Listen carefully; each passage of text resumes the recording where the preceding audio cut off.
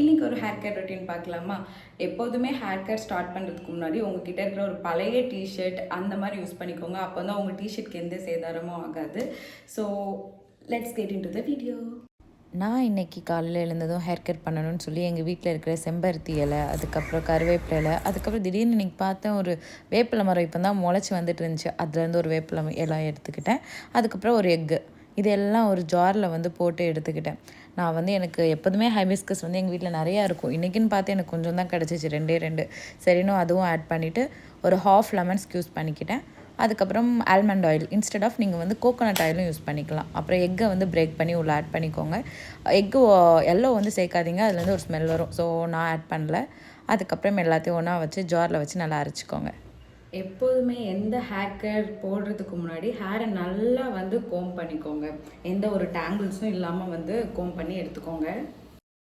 So நான் என் ஹேரில் உள்ள சிக்கல் எல்லாத்தையும் எடுக்க ஆரம்பிச்சிட்டேன். நான் எப்போதும் 2 பார்ட்டிஷனாக பிரித்து தான் என் ஹேரில் வந்து சிக்கெலாம் எடுப்பேன். எடுத்ததுக்கப்புறம் என்னோடய ஹேர் வந்து இப்படி தான் இருந்துச்சு. அப்ளை பண்ணிவிட்டு வந்துடலாம். நான் எப்போதுமே எந்த ஒரு ஹேர் கேர் அப்ளை பண்ணணுன்னாலும் வெளியே வந்து தான் அப்ளை பண்ணுவேன். ஏன்னா நான் வந்து ரொம்ப மெஸ்ஸியான பர்சன்.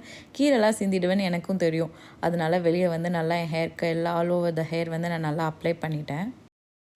நான் அப்ளை பண்ணும்போது நீங்கள் பார்க்கலாம், நான் கொட்டி கொட்டி அப்ளை பண்ணிகிட்டு இருப்பேன். அது மட்டும் இல்லாமல் என் பையன் எந்திரிச்சிடுவானோங்கிற பயத்தில் சீக்கிரமாக அப்ளை பண்ணி ஒரு கொண்டே போட்டாச்சு. ஸோ ஃபைனலாக எல்லாமே அப்ளை பண்ணியாச்சு.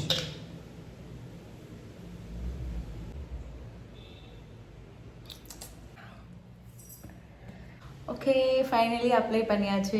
என் ட்ரெஸ்லலாம் இந்த மாதிரி ஆகிடுச்சு. ஓகே, இதோட ரிசல்ட்டை நான் ஃபைனலாக காட்டுறேன். அஸ் யூஷுவல் நான் சொல்கிற மாதிரி நம்ம வேலையை நம்ம தான் பார்க்கணும். ஹேர் கட் பண்ணதும் என்னோடய ஜாரெல்லாம் நானே வாஷ் பண்ணியாச்சு. மிச்சம் இருந்த எல்லோவை யூஸ் பண்ணி ஒரு குட்டியாக ஒரு ஆம்லெட் போட்டு நானே சாப்பிட்டுட்டேன். எப்போதும் போல் நிறைய ஆயில் யூஸ் பண்ணிட்டேன் தெரியாமல். நான் குளிச்சுட்டு சாப்பிட்டுட்டுலாம் வந்தாச்சு. ஆனால் என் ஹேர் வந்து இன்னும் ட்ரை ஆகலை, கொஞ்சம் ஈரமாக தான் இருக்குது. ஸோ நல்லா காஞ்சதுக்கப்புறம் I will show you the result.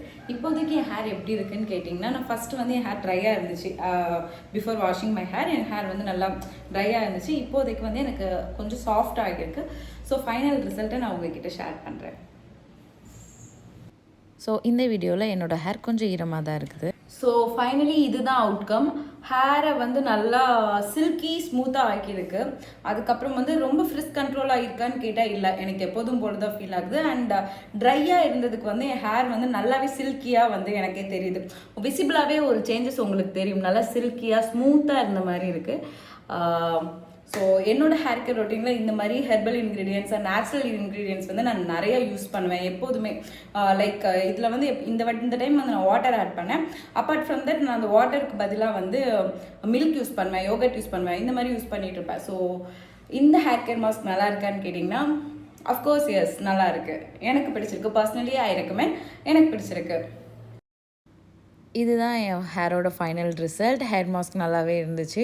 So இந்த மாதிரி hair care, skin care and விளாக்ஸ்லாம் பார்க்க நம்ம வீடியோவை லைக் பண்ணிட்டு சேனலை சப்ஸ்கிரைப் பண்ணிடுங்க. தேங்க்ஸ் ஃபார் வாட்சிங்.